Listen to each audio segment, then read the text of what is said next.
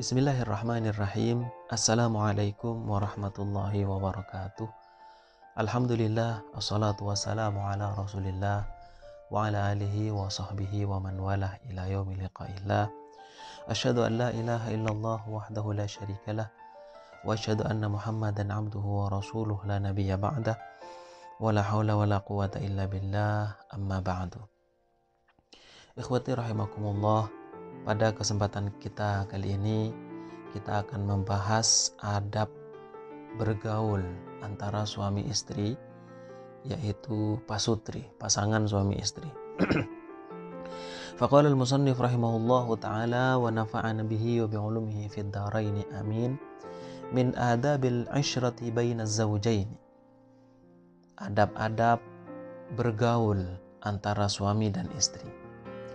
Amarallahu ta'ala bimu'asyaratin nisa'i bil ma'rufi ala hasabi ma jabalahunna alaihi min naqsil akli wad din. Allah subhanahu wa ta'ala telah memerintahkan untuk mempergauli wanita dengan baik sesuai dengan karakter mereka. Karakter mereka adalah min naqsil akli, yaitu kurangnya akal mereka, wad din, dan kurangnya agama mereka. Disebut kurang akal karena ketika bersaksi dia harus ada dua perempuan untuk menempati posisinya satu laki-laki. Kemudian naqsiddin, kurangnya agama adalah tentu ketika mereka mengalami haid, mengalami nifas, dia tidak boleh untuk berpuasa, tidak boleh untuk melaksanakan sholat dan ibadah-ibadah lainnya yang membutuhkan kesucian diri. Kama qala sallallahu alaihi wasallam, sebagaimana Rasulullah sallallahu alaihi wasallam telah bersabda, ma ra'aitu naqisati aqlin wa dinin adhhaba li lubbil hazim min ihdakunna.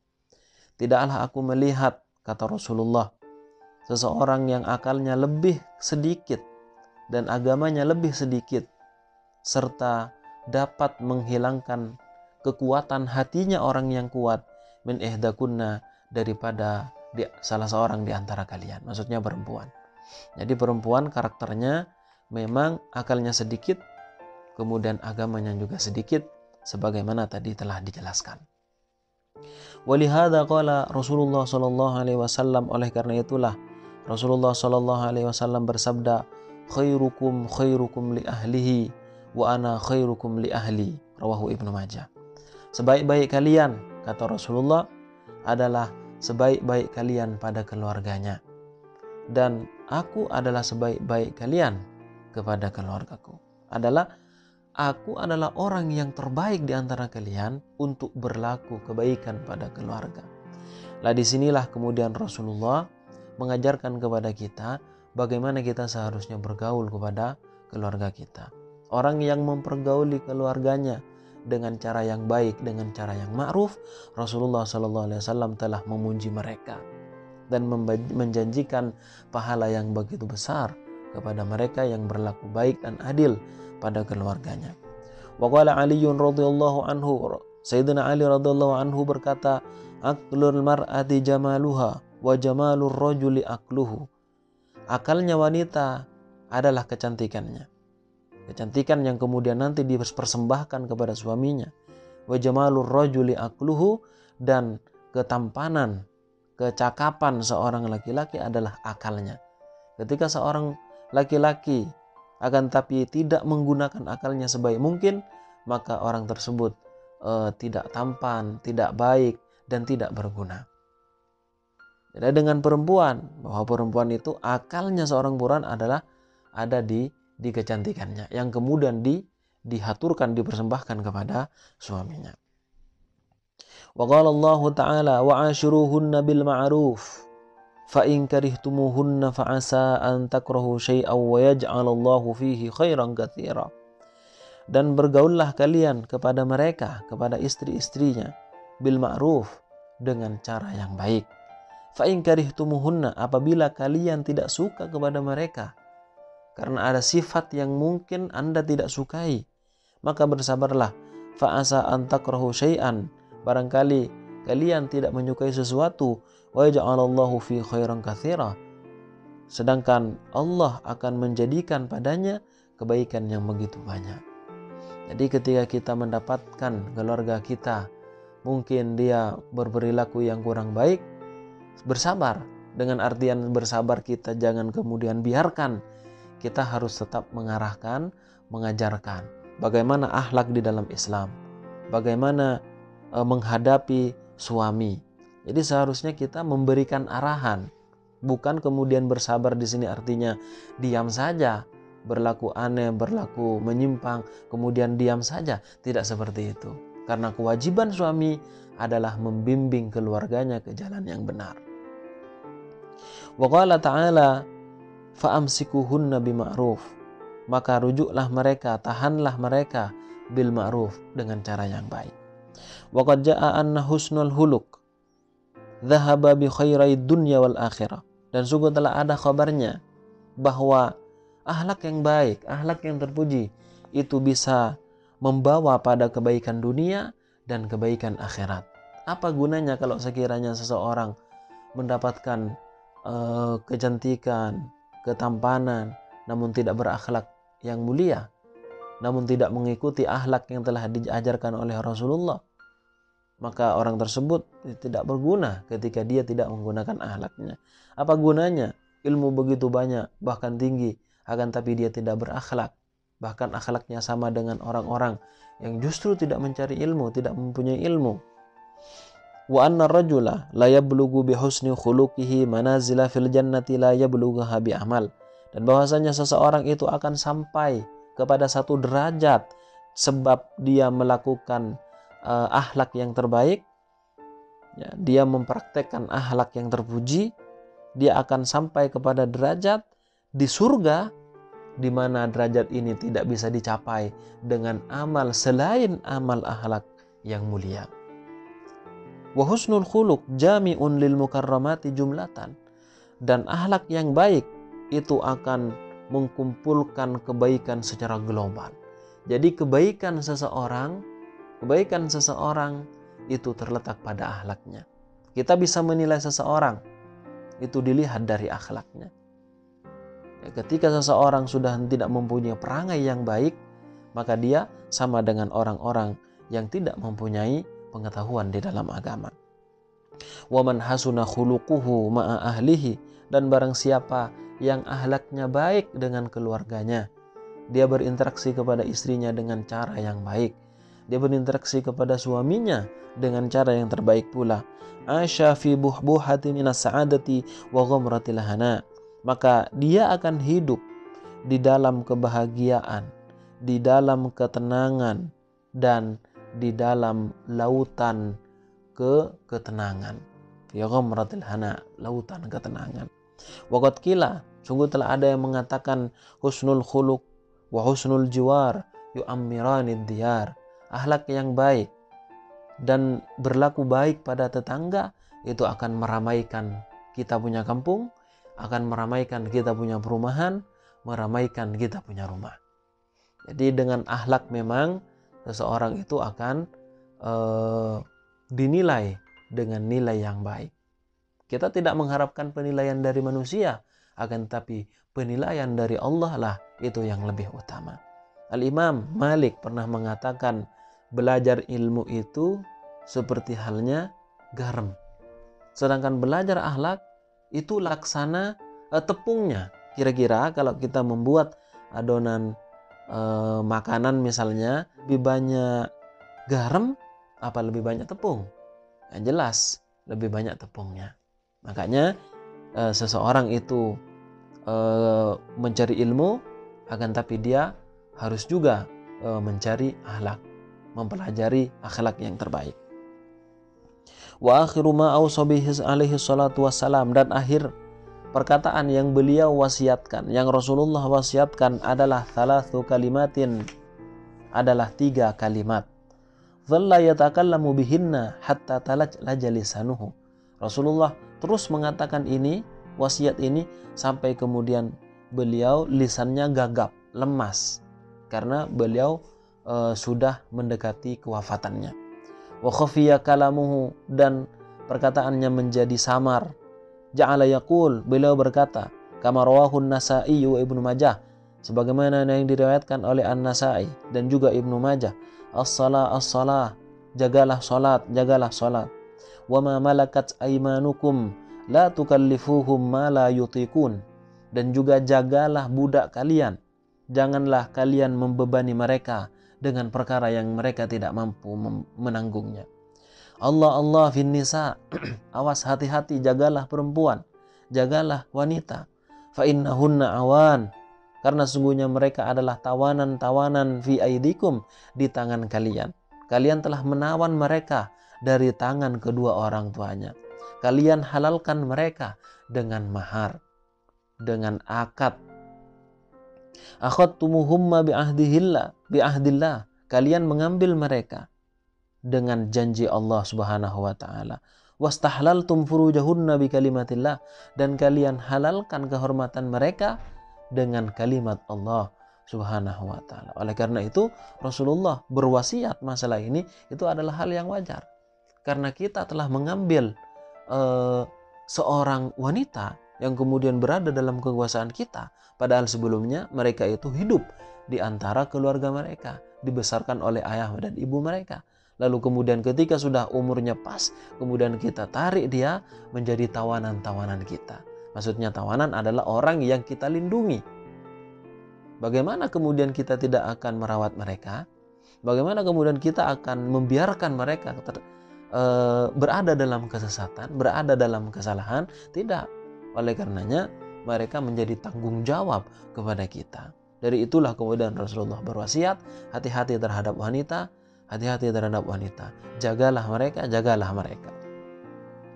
Wa akhraja Syaikhani wa ghairuhuma anhu. Al-Bukhari dan juga Al-Muslim meriwayatkan dari Rasulullah sallallahu alaihi wasallam annahu qala, bahwa beliau bersabda, istausu bin nisa'i khairan. Berwasiatlah kepada perempuan yang dengan baik, dengan kebaikan. Jadi perempuan, wasiatilah perempuan itu dengan kebaikan. Fa innal mar'ata khuliqat min dhil'in, karena sungguhnya wanita itu diciptakan dari tulang rusuk. Wa inna a'waja syai'in fi dhil'i a'lahu, dan sesungguhnya paling bengkoknya rusuk adalah rusuk yang bagian atas. Jadi rusuk bagian atas itu adalah rusuk paling bengkok. Fa in dhahabta tuqimuhu kasartahu, jika engkau berusaha untuk meluruskannya, tentunya akan membuat tulang rusuk yang bengkok ini menjadi patah.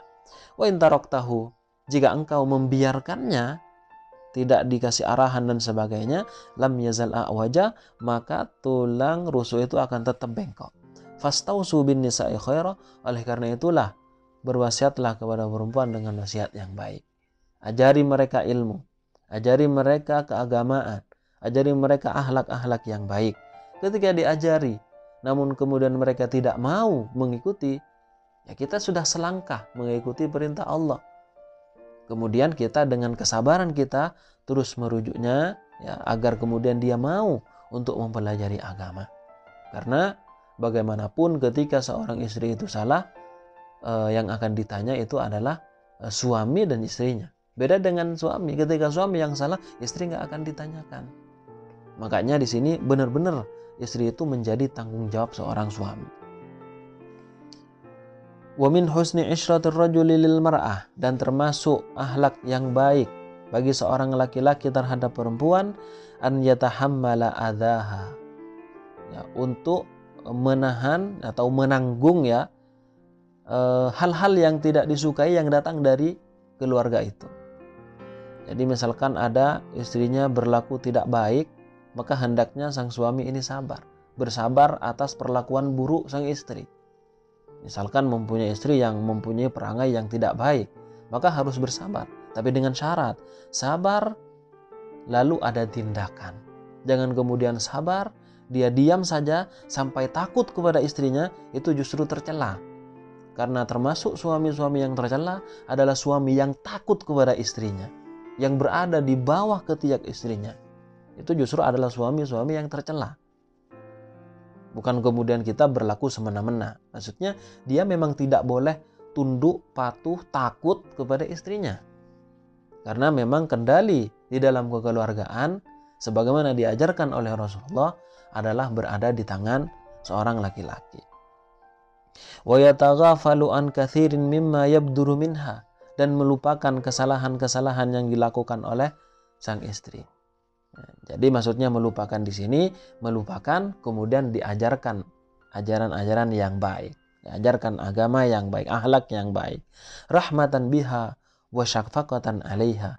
Karena kita kasih sayang pada mereka, karena kita lemah lembut kepada mereka. Wa qad amarallahu ta'ala bimu'asyaratin nisa'i bil ma'ruf. Karena Allah telah menyuruh kita untuk mempergauli mereka dengan cara yang baik. Kama amara bimusahabatil walidaini bil ma'ruf, sebagaimana Allah juga perintahkan untuk mempergauli kedua orang tua dengan cara yang terbaik. Allah berfirman dalam masalah orang tua ini, wasahibhuma fid dunya ma'rufa, dan pergaulilah kedua orang tua itu di dunia dengan cara yang baik, walaupun orang tuanya itu dalam keadaan non muslim, orang tuanya bukan orang Islam.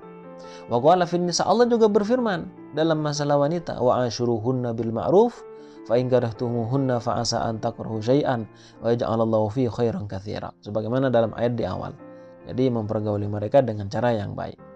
Inna ihtimalal adza minal mar'ati 'inda taishiha wa ghadabiha, karena sesungguhnya sabar menanggung hal-hal yang tidak baik dari istri, dari seorang wanita, ketika mereka salah, ketika mereka marah dan yang lainnya, minal khuluqil karim, termasuk akhlak yang baik. Jadi misalkan kita menyuruh kepada istri minta tolong disapu, oh dia kok malah muring-muring, sudah sabar, kita ambil sapunya, ya jangan dikepruk ya, kita ambil sapunya kemudian kita yang nyapu. Kalau kita misalkan nyuruh kepada keluarga kita minta tolong piringnya dicuci misalnya, kok ternyata dia muring-muring apa dan sebagainya, sudah kita ambil piringnya, ya jangan dilempar ke istrinya, kita kemudian yang mencucinya. Tentunya bukan hanya ini saja yang kita lakukan. Setelah itu dudukkan, kemudian bilangin bahwa dalam Islam seperti ini, bahwa Rasulullah mengajarkan taat mutlak kepada sang suami selama perintahnya itu bukan perkara yang maksiat. Kalau perintahnya adalah perkara yang mubah atau perkara yang sunnah, ketika suami menyuruh, maka hukumnya langsung menjadi wajib, sebagai bentuk ketaatan. Tapi kalau menyuruh pada maksiat, ya menjadi haram untuk diikuti siapapun itu. La ta'ata li makhluqin fi maksiatil khaliq. Enggak ada istilah taat kalau ceritanya bermaksiat kepada Allah Subhanahu wa taala. Wa qad kana alaihi salatu wassalam a'dhaman nasi ihtimalan wa hilman wa karaman. Salawatullah salamu alaihi. Dan Rasulullah sallallahu alaihi wasallam adalah manusia terhebat ketika menanggung beban yang berat, bersabar atas perbuatan yang tidak baik. Jadi beliau adalah manusia yang terberat, yang terhebat seperti itu. Warawa Muslim an ba'd sahabat radhiyallahu taala anhum. Muslim meriwayatkan dari sebagian sahabat radhiyallahu taala anhum annahu qala, bahwa sebagian sahabat berkata, ma ra'aitu ahadan arhama bil 'iyal. Tidaklah aku melihat seseorang pun di mana dia sangat kasih sayang kepada keluarganya min Rasulullah sallallahu alaihi wasallam, daripada Rasulullah sallallahu alaihi wasallam. Wa fi tarikh Ibni Asakir, dari Anas radhiyallahu anhu beliau berkata, kana sallallahu alaihi wasallam arhaman nasi bis sibyan. Rasulullah sallallahu alaihi wasallam adalah manusia paling kasih sayang bis sibyan kepada anak-anak kecil, bahkan walaupun bukan anaknya. Makanya Rasulullah ketika tidak ada di Madinah, maka anak-anak kecil itu menjadi sedih. Ketika Rasulullah datang, entah itu dari ekspedisi peperangan atau yang lainnya, disambut oleh anak-anak kecil. Dan Rasulullah memberikan hadiah biasanya, entah itu berupa makanan, snack ya, atau permen lah kalau sekarang mungkin. Jadi luar biasa, wal iyal. Dan juga Rasulullah adalah orang yang paling kasih sayang pada keluarga. Kepada anak kecil, Rasulullah sangat sayang. Kepada keluarga, Rasulullah juga seperti itu. Jadi dari uraian yang telah kita bahas ini, betapa pentingnya kita mempunyai akhlak yang baik. Ya sebenarnya bukan hanya pada keluarga akhlak yang baik kita tujukan, bahkan kepada seluruh orang juga seperti itu. Akan tapi karena keluarga adalah orang yang selalu hidup dengan kita, maka penekanannya itu lebih tinggi. Oleh karenanya, mari kita selalu berbenah diri ya. Apa yang kurang dari kita lengkapi. Apa yang kita tidak ketahui dari ilmu agama, kita pelajari agar kemudian kita tidak menyesal di hari akhir. Baik, itu saja yang insya Allah kita bisa sampaikan. Insya Allah kita bertemu di pertemuan yang akan datang. Terima kasih dan mohon maaf atas segala kekurangan. Walafu minkum. Wassalamualaikum warahmatullahi wabarakatuh.